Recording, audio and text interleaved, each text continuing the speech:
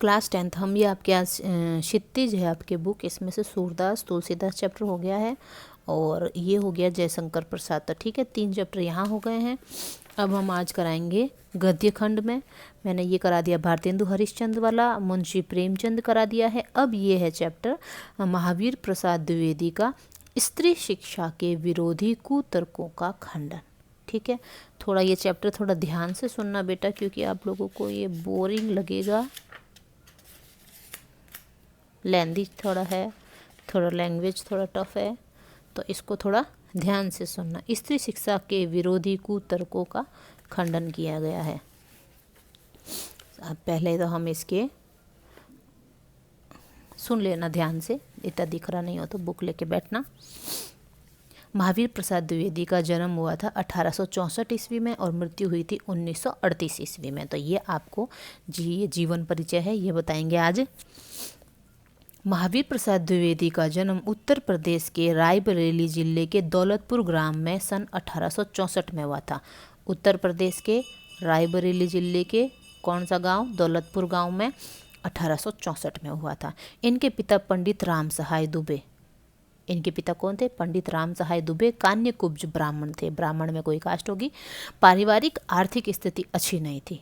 ठीक है, इनकी इकोनॉमिकल कंडीशन अच्छी नहीं थी, गरीब थे। अच्छी न होने के कारण स्कूली शिक्षा पूर्ण कर इन्होंने रेलवे में नौकरी कर ली। ठीक है, गवर्नमेंट सर्वेंट थे रेलवे में। लेकिन स्वाभिमानी स्वभाव के धनी द्विवेदी जी ने कुछ समय पश्चात रेलवे से इस्तीफा दे दिया, रेजिग्नेशन लेटर। ठीक है, आप सन 1903 से 1920 में आपने सरस्वती पत्रिका का संपादन कार्य किया। ठीक, आप सन 1903 से 1920 तक, 1903 से 1920 तक कितने साल हो गए? 17 साल। हाँ, 17 साल तक इन्होंने सरस्वती पत्रिका के संपादन कार्य से जुड़े रहे। सन 1938 ईस्वी में महावीर प्रसाद द्विवेदी का निधन हो गया। ठीक है, 1938 में। महावीर प्रसाद द्विवेदी प्रखर व्यक्तित्व एवं बहुमुखी प्रतिभा के धनी साहित्यकार थे। प्रखर व्यक्तित्व, उनका बिहेव बहुत अच्छा था, तेज था, मतलब एक्टिव थे, और बहुमुखी प्रतिभा के मतलब बातचीत करने में भी बहुत अच्छे थे। द्विवेदी जी कवि, समालोचक थे, निबंधकार थे, संपादक, भाषा वैज्ञानिक, इतिहासकार, अर्थशास्त्री आदि विविध रूपों में उभर कर सामने आए। आपने सन 1903 से 1920 तक सरस्वती के संपादन रहते हुए हिंदी व्याकरण एवं वर्तनी के नियम स्थिर करके हिंदी गद्य की भाषा का परिष्कार किया। ठीक है, हिंदी गद्य की भाषा का परिष्कार किया मतलब सुधार किया उसमें, क्योंकि हिंदी व्याकरण एवं वर्तनी के नियम को स्थिर करके हिंदी की गद्य भाषा का परिष्कार किया। द्विवेदी जी ने अपने समकालीन कवियों एवं लेखकों का साहित्य रचना में मार्गदर्शन किया। ठीक है, जो अपने समकालीन उनके टाइम के जो कवि थे। इसी कारण आधुनिक हिंदी साहित्य के द्वितीय उत्थान सुधार काल, ठीक है, द्वितीय उत्थान यानी सुधार काल, ये जो आधुनिक ये हिंदी साहित्य है ना, इसका सुधार काल होता है, उनको कालखंड में डिवाइड किया गया है। ठीक है, द्वितीय उत्थान, प्रथम उत्थान भी है, द्वितीय उत्थान हो गया। सुधार काल को महावीर प्रसाद द्विवेदी के नाम पर द्विवेदी युग कहा जाता है। इन्हीं के नाम पर जो द्वितीय उत्थान है, सुधार काल है जो सेकंड वाला, उसको द्विवेदी युग भी कहा जाता है। इनके प्रयासों से ही खड़ी बोली काव्य की भाषा के रूप में प्रतिष्ठित हुई है, खड़ी बोली। ठीक है, द्विवेदी जी ने भारतीय जातीय परंपरा का समालोचनात्मक दृष्टि से गहन अध्ययन किया एवं प्रासंगिक विवेक सम्मत परंपराओं का समर्थन कर रूढ़ियों का विरोध किया। जो बुरी कुप्रथाएं थी, जो प्राचीन से चली आ रही थी, कुरीतियाँ, कुप्रथाएं बोल सकते हैं, उनका विरोध किया। इनके लेखन में सरलता, सुबोधता एवं परिनिष्ठता के गुण झलकते हैं। इनकी रचनाएं हैं मौलिक रचनाएं और अनुदित रचनाएं होती है। मौलिक रचना, अनुदित रचना यानी किसी से वो ट्रांसलेट करते हैं ना, जैसे दूसरे लैंग्वेज की होती है और उसको ट्रांसलेट करते हैं अपनी लैंग्वेज में, जैसे इंग्लिश की होती है, हिंदी में करते हैं, बांग्ला की होती है, वैसे अनुदित रचना। मौलिक रचनाएं काव्य मंजूषा, सुमन, अबला, विलाप, कान्य कुब्ज, कविता कलाप काव्य हैं इनके, और ये गद्य पाठ है इनके। अद्भुत आलाप, संपत्ति शास्त्र, महिला मोद, रसज्ञ रंजन, साहित्य सीकर। ठीक है, इनके गद्य हैं, रचनाएं हैं।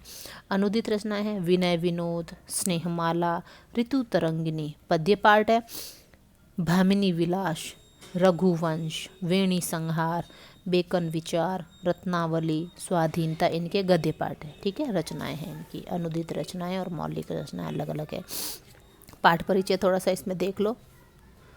प्रस्तुत निबंध द्विवेदी जी के महिला मोद शीर्षक निबंध से लिया गया है, निबंध संग्रह से लिया गया। क्या? महिला मोद शीर्षक निबंध संग्रह से लिया गया। ऐसा कोई इसमें पैराग्राफ आ जाता है व्याख्या, तो उसमें से पूछ लेते हैं कि ये जब अपन संदर्भ प्रसंग लिखते हैं ना, उसमें आता है, या तो फिर पूछ भी लेते हैं, तो अपन को क्या लिखना है, द्विवेदी जी के महिला मोद शीर्षक निबंध संग्रह से ये पाठ लिया गया है।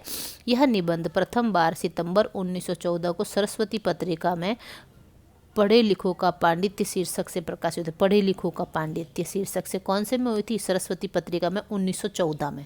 ये आ सकता है क्वेश्चन, और ये कवि परिचय वगैरह आ जाता है, जीवन परिचय, तो उसमें ये काम आ जाएगा। ठीक है, और ये पाठ के बारे में भी आ जाता है। तो 21वीं शताब्दी में स्त्रियां शिक्षा, विज्ञान, सरकारी सेवा, निजी क्षेत्र, व्यापार एवं वाणिज्य सहित सभी क्षेत्रों में पुरुषों से कंधा मिलाकर समाज निर्माण एवं विकास में अपना योगदान दे रही हैं।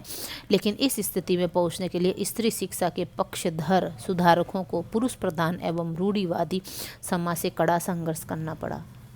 प्रस्तुत निबंध स्त्री शिक्षा को समाज एवं परिवार के विघटन एवं पतन के लिए जिम्मेदार ठहराने वाली दकियानूसी सोच को अकाट्य तर्कों द्वारा सिरे से खारिज करता है। यानी कि इसमें क्या है ना, जो आजकल स्त्री शिक्षा हो रही है, पहले से ही शुरुआत से ही होता है, तो क्या बोलते हैं लोग कि लड़की को पढ़ा दिया तो समझो वो घर, पारिवारिक विघटन, यानी या तो घर टूटेगा या फिर घर बर्बाद हो जाएगा, ऐसी सोच है थी मतलब पहले। आजकल तो लड़कियों को पढ़ाने में आगे कर रहे हैं।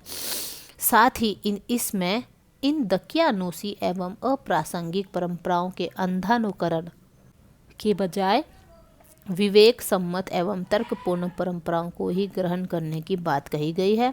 इसकी भाषा शैली हिंदी के द्विवेदी युगीन गद्य की एक बानगी प्रस्तुत करती है। यानी इसकी जो चैप्टर की जो भाषा शैली है, जो इसकी भाषा शैली है, वो द्विवेदी युगीन गद्य की एक बानगी प्रस्तुत करता है। यानी एक मतलब है ना, रोचकता, या बोल सकते हैं उस टाइम का पढ़ते ही पता चल जाता है कि भाई एक होता है ना संकेत, झलक हो सकता है, झलक बोल सकते हैं, है ना।